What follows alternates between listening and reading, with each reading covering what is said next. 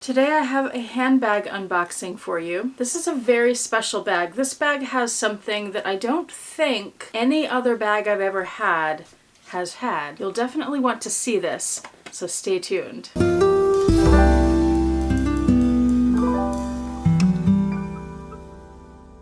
Hi YouTube, Autumn Beckman here. Welcome to my channel, or welcome back to my channel. My channel is all about luxury living on a budget, from high-end luxury handbags and small goods to the everyday luxuries of life. If that sounds interesting to you, please make sure you subscribe, click the bell notification icon to be notified when I post new videos, and be sure to like the videos that you enjoy. And one of the perks of subscribing to my channel is you get to see my community post on your YouTube homepage, where I post deals, discount codes, sales, and rare finds related to these beautiful things we love.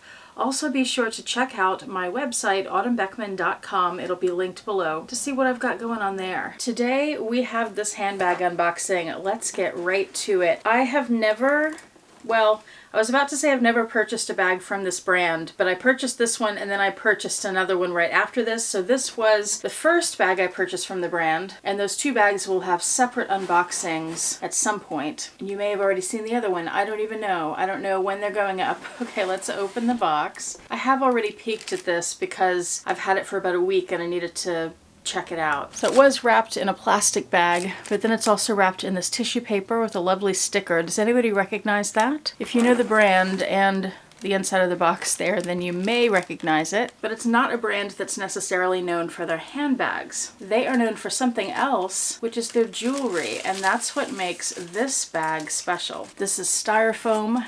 I'm taking it out. The brand is Alexis Batar, and this is the Crystal Ruched Pillow Handbag. I'm going to give you a little spin here. So the front you see has the ruching, and then it has these two metal pieces that are encrusted in the Alexis Batar crystals. So let's take a look around the side. It's such a cute little bag. The back, no pocket. You have a little branding there. It says Alexis Batar. The side here is just the same as the other. The front again.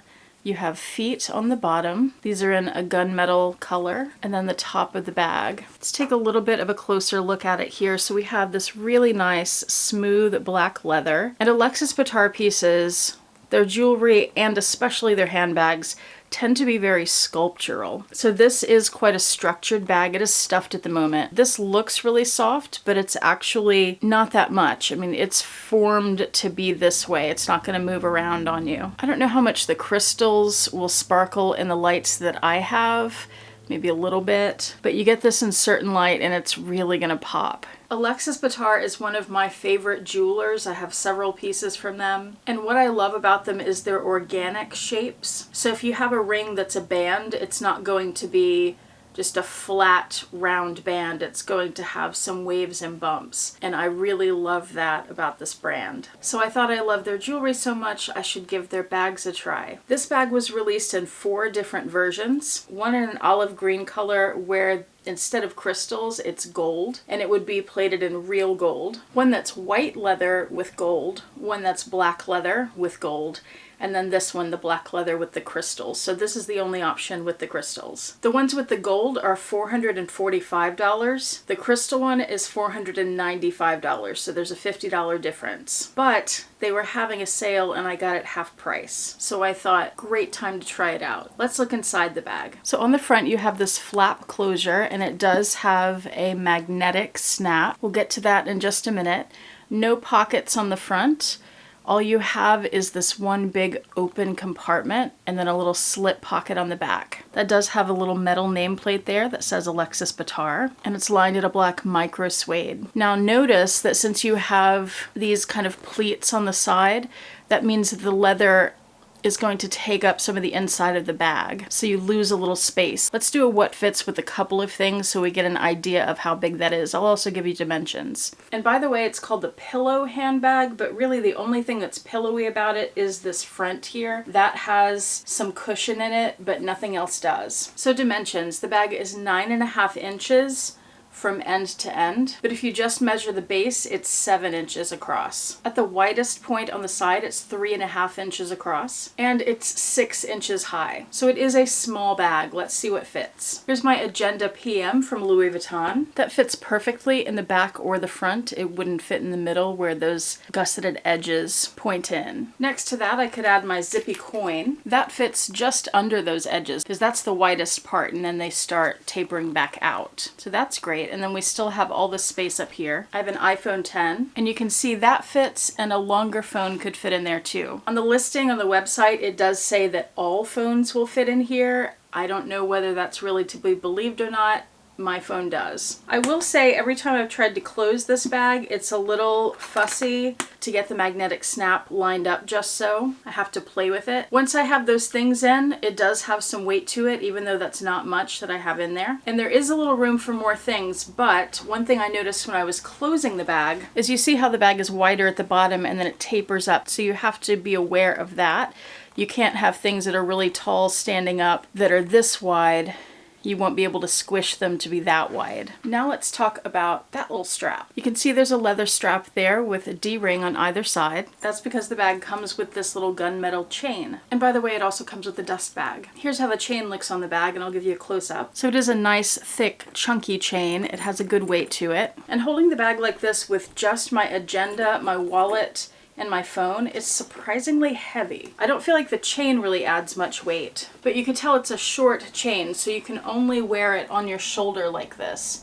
And for me, especially since the bag is a little bit wider and my arm is gonna press on it when I'm wearing it, that chain is gonna fall off my shoulder. So what I would do is get a longer gunmetal chain and probably wear it crossbody, or better yet, get a thinner black leather strap and wear it crossbody that way. So for me, here is my honest take on this bag. It is super cute. I love the look of it. I love the shape of it. And I especially love, and this, of course, this is why I bought it, the crystal detail and the ruching, but yeah, especially the crystal detail.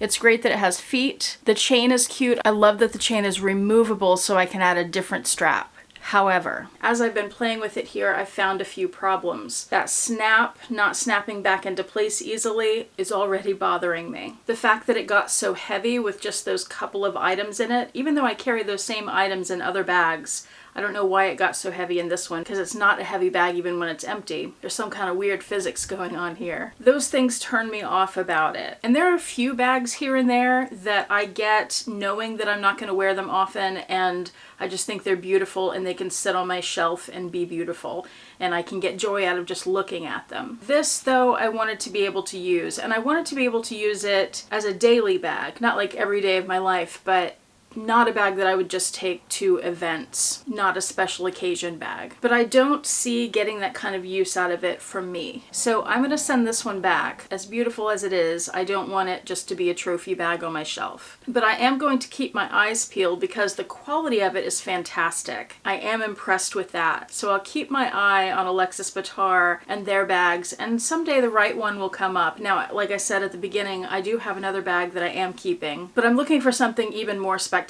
because this one is with the crystals.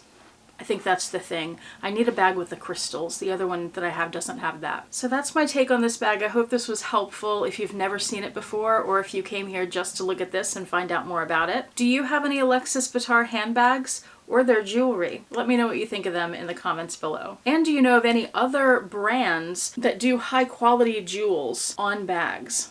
I know there are a lot that have like giant cheap rhinestones and stuff, but these are like real crystals and gold and those kinds of things. What brands do you know that do that? I'd like to know because I'd like to try more of them. Thank you so much for watching. I do appreciate it. Hope to see you back here next time, and I hope you have a fantastic day.